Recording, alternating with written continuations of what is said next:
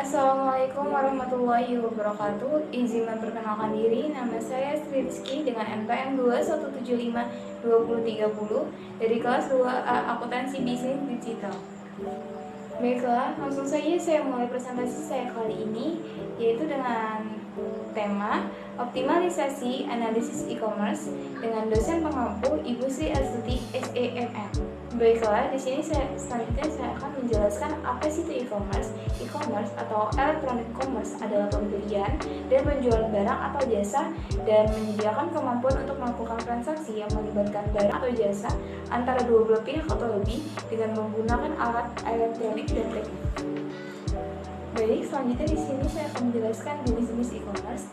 Yang pertama itu ada business to business atau B2B, yang kedua ada customer to business atau C2B, yang ketiga business to customer atau B2C, yang keempat ada business to government atau B2A, yang kelima ada antar konsumen atau C2C, yang keenam ada customer to government atau C2A.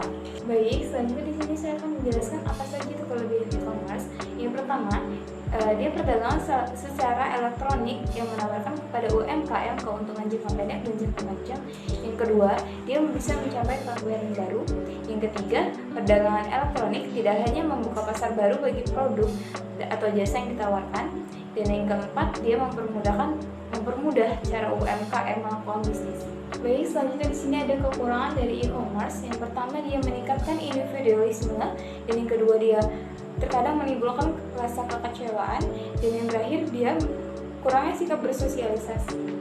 Dan di sini ada manfaat-manfaat dari e-commerce. Yang pertama, dia jangkauan yang luas. Yang kedua, unlimited hours.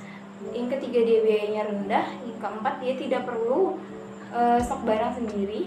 Yang keempat, proses transaksi dan pengiriman dengan cara yang mudah. Dan yang enam, dapat mempelajari kebiasaan pelanggan. Dan yang terakhir, bekerja sama dari mana saja. Selanjutnya di sini ada peranan dari e-commerce. Yang pertama, dia akses pasarnya lebih luas. Yang kedua, dapat mencapai penghematan dan efisien dana. Yang ketiga, dia memberikan kemudahan dalam memproses informasi produk. Dan yang terakhir, pengembangan produk, promosi dan transaksinya online. Baik, selanjutnya di sini saya memakai Tokopedia sebagai salah satu pasar e-commerce di Indonesia.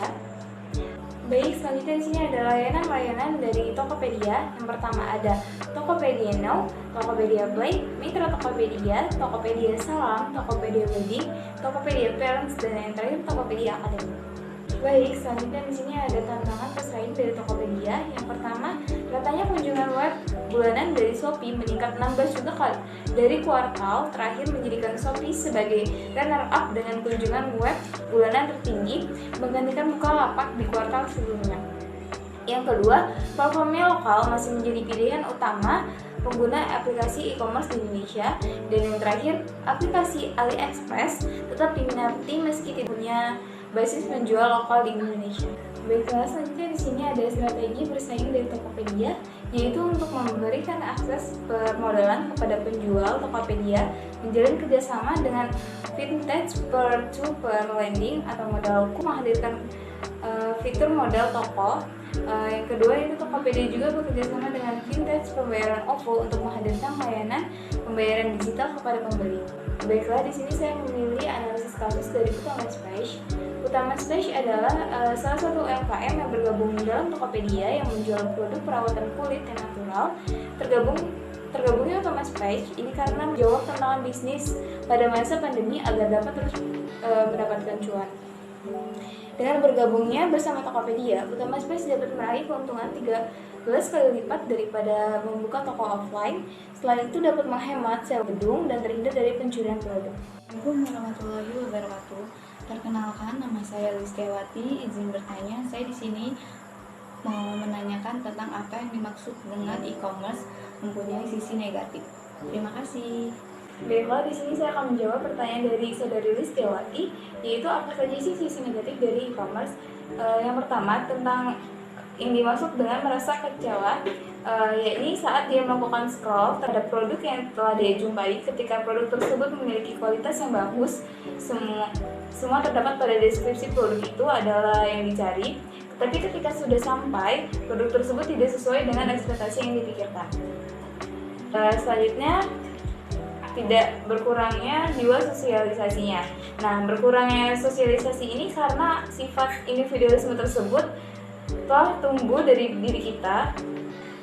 Kita tidak membutuhkan orang lain, kita bisa mandiri, tidak memerlukan adanya bantuan orang lain. Merasa bahwa telah adanya gadget, kita bisa melakukan semua itu sendiri tanpa memikirkan. Kesimpulan dari materi saya yaitu e-commerce adalah sebuah aktivitas belanja online yang melibatkan jual beli produk fisik ataupun digital melalui internet, melalui jaringan internet yang mudah diakses di era ini. E-commerce memiliki keuntungan terutama bagi UMKM. Melalui e-commerce, perusahaan UMKM dapat meraih keuntungan jangka pendek dan jangka panjang, dan dapat menghemat biaya transport serta kemudahan akses untuk mendapat informasi. Dan Tokopedia adalah salah satu e-commerce di Indonesia yang telah berkembang dengan pesat, terbukti dari jangkauan dan pengguna yang tergabung di dalamnya. Dengan banyaknya fitur-fitur yang tersedia, memudahkan pengakses sebagai bentuk mewujudkan misi pemerataan ekonomi Indonesia melalui digital. Utama Space adalah UMKM yang tergabung dalam Tokopedia untuk menjawab tantangan pandemi agar tetap dapat menjalankan bisnisnya. Utama Space telah merasakan keuntungan dengan tergabungnya dalam e-commerce Tokopedia. Keuntungan yang diperoleh jauh lebih besar daripada membuka toko offline. Baiklah, sekian presentasi dari saya akhiri. Wassalamualaikum warahmatullahi wabarakatuh.